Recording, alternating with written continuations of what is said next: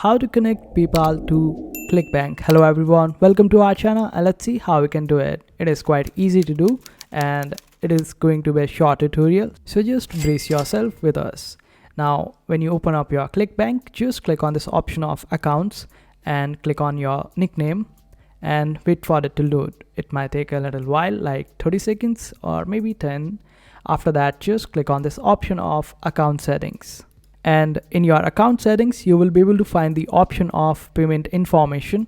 Just click on this option of edit over here.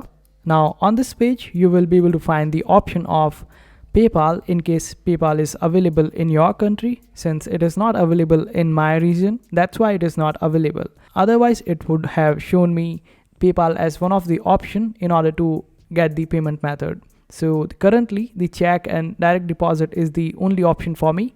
And as soon as you click on PayPal, you would be able to ask to provide more information about your PayPal account in order to get the money from Clickbank to PayPal.